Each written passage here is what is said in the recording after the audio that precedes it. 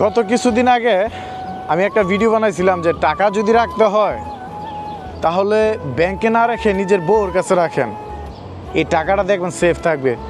তো অনেক ভাই আমাকে অনেক রকমের গান শোনাইছেন, অনেক রকমের কথা বলছেন, but I am never mind, আমি মাইন্ড করি নাই, কারণ আমার ভালোটা আমি জানি। দেখেন, আমি ওই পার্সন না, বাজার আগুন লেগে যাক, আমার সদাই ভালো হলেই হয়। কে কি বললো, কে কি না বললো, তাতে আমার কিছু যায় আসে না।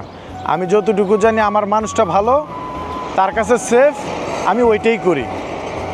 আর আমি ওই মানুষটা না যে কারো কথায় কান দিয়ে আমি আমার নিজের ঘরে অশান্তি করি।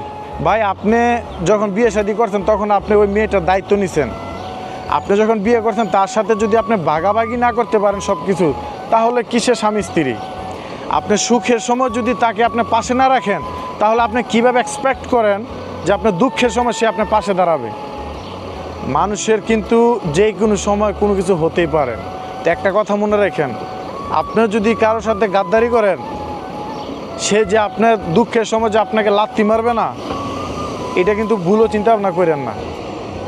আপনি তার সাথে যে বিহেভ করবেন, সেও আপনার তার সাথে সেম বিহেভটাই করবে, হয়তো 2 দিন আগে বা পরে।